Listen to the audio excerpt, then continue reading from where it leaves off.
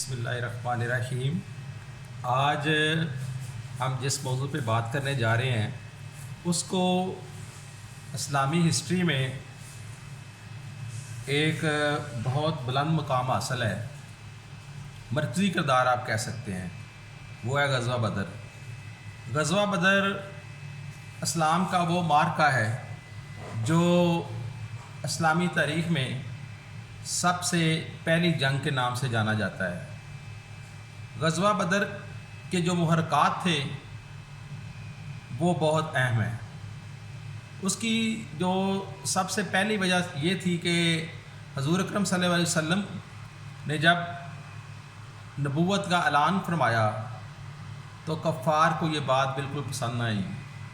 آپ کو پھر مکی زندگی میں بہت سی تکالیف کا سامنا کرنا پڑا، شیب ابی طالب میں جانا پڑا، لیکن وقت گزرنے کے ساتھ ساتھ آپ کے جو فالوور تھے ان میں اضافہ ہونا شروع ہو گیا۔ کفار کو یہ بات بالکل ناپسند تھی، وہ چاہتے تھے کہ آپ کو یہیں پہ ختم کر دیا جائے، لیکن ان کی بے بسی کا یہ عالم تھا کہ حضرت ابو طالب نے انہیں واضح طور پہ یہ پیغام دے دیا تھا کہ اگر آپ نے میرے بھتیجے کی طرف آنکھ بھی اٹھائی تو آپ کو اس کی بھی سزا بھگتنی پڑے گی، جس کی وجہ سے وہ آپ کی طاقت، جرت، بہادری کو جانتے تھے، اور وہ سمجھتے تھے کہ آپ جو ہیں وہ قریش قبیلہ کے سردار ہیں، اگر ہم نے وہ پنگا لیا تو ہمیں منہ کی کھانی پڑے گی۔ اس لیے جب سیدنا ابو طالب کا انتقال ہوا اور ساتھ ہی چند روز پہلے سیدہ ختیجہ کا انتقال ہو گیا تو حضور اکرم صلی اللہ علیہ وسلم کو بہت زیادہ دکھ ہوا، کیونکہ اشاعت اسلام کے ابتدائی دنوں میں ان دو شخصیات نے آپ کا بہت زیادہ ساتھ دیا تھا، اور آپ کی محبت اور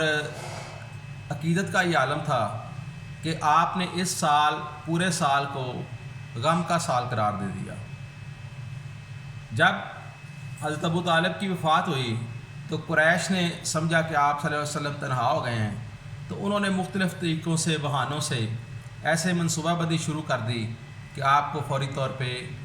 نعوذ باللہ من ذالک قتل کر دیا جائے۔ آپ صلی اللہ علیہ وسلم نے فیصلہ کیا کہ اب مکہ کی زمین جو ہے نا میرے لیے تنگ ہوتی جا رہی ہے، تو کیوں نہ ہو کہ میں ہجرت کر جاؤں۔ تو آپ نے حکمت عملی سے جب ہجرت کی تو ہجرت کی رات کا منظر تو آپ سب نے سنا ہی ہوگا۔ تو جب انہوں نے دیکھا صبح تو وہاں مولا علی لیٹے ہوئے تھے،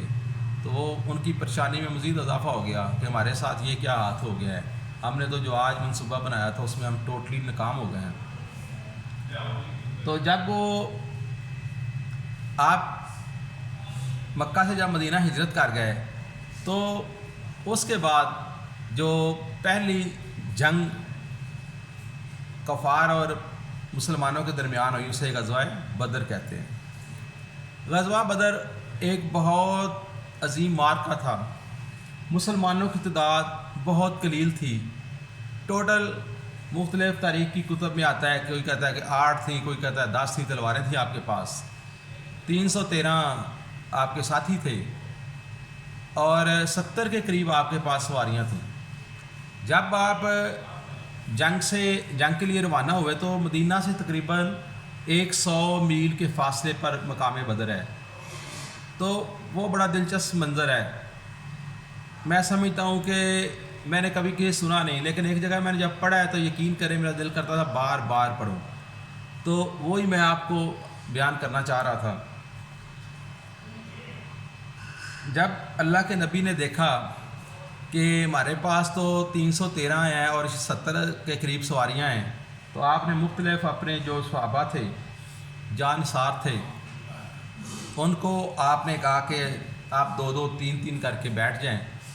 وہ ایک اونٹ پہ 3-3 لوگ بیٹھ گئے، آخر پہ آپ صلی اللہ علیہ وسلم بچے اور حضرت علی بچے، تو آپ نے حضرت علی کو اپنے پیچھے سوار کر لیا۔ میں یہ سوچتا ہوں کہ جب فلک نے یہ منظر دیکھا ہوگا کہ جب آپ دیکھیں کہ اونٹ کے جو سوار جو دو ہوتے ہیں آپس میں چلتا ہے نا جب اونٹ، تو ان کے جسم آپس میں ٹکراتے ہیں،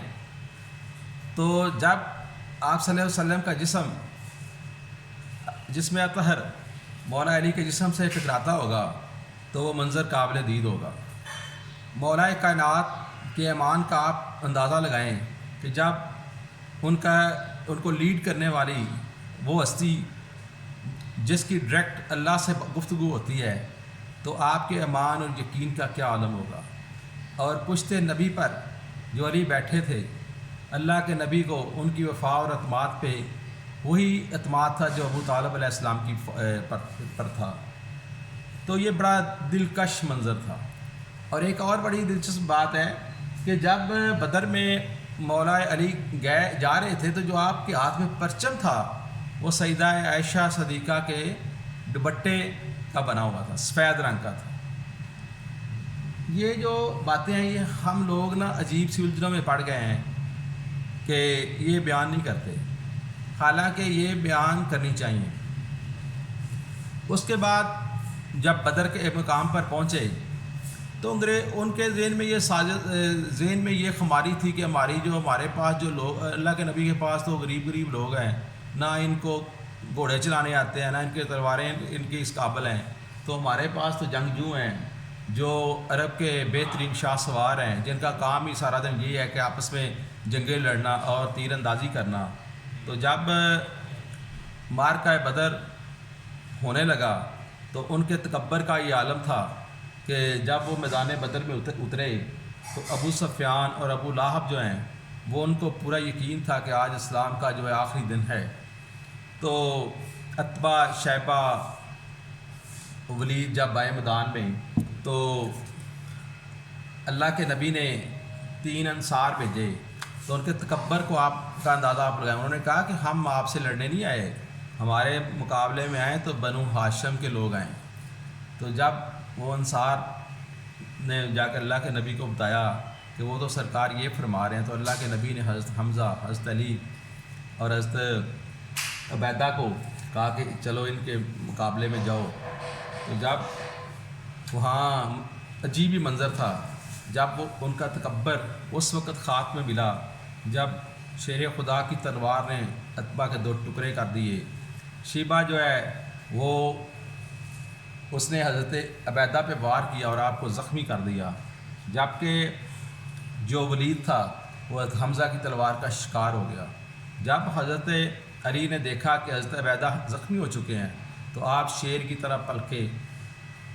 اور انہوں نے شیبہ کو بھی واصل جہنم کر دیا۔ یہ بات نہیں ہے کہ آپ دیکھیں کہ کوئی بھی جنگ ہو، چاہے ابتدائی دنوں کی ہو چاہے آخری دنوں کی ہو، مولا علی کا کردار ہم سب کے سامنے ہے۔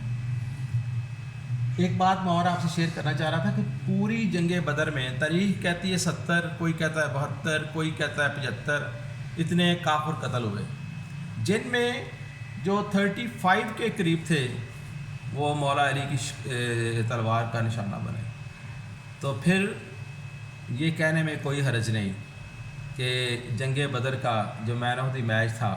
وہ مولا کائنات تھے۔ دراصل یہ جو صحابہ تھے نا، بدری صحابہ، ان کے متعلق ایک بڑی اہم بات ہے کہ قرآن مجید میں ان کا جو ذکر آیا ہے نا وہ بڑے اعلیٰ طریقے سے ہے۔ اللہ کے نبی کے ان صحابہ کے متعلق فرمایا گیا ہے کہ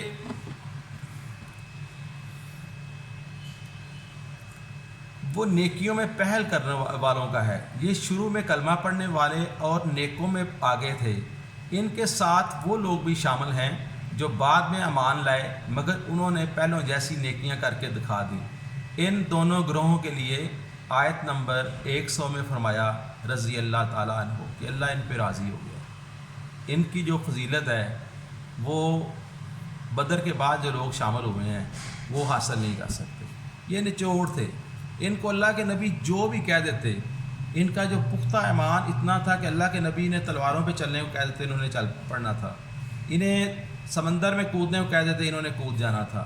یہی وجہ ہے کہ اللہ نے اتنا کامل یقین دے کر اپنی مدد اور نصرت فرمائی، اور واقعہ بدر جو ہے اس میں کفار کو شکست دے کر کفار جو ایک منصوبہ بنا کے آئے تھے کہ آپ نے آج اسلام کو ختم کر دینا ہے، انہیں منہ کی کھانی پڑی، اور جنگ بدر جو ہے وہ ایک کامل یقین کا نام بن گیا اور مسلمانوں کے عروج اور کفار کے زوال کی حسین داستان بن گئی۔ میں تو صرف یہ اپنی عقیدت شو کرنا چاہتا تھا، حاضری لگوانا چاہتا تھا،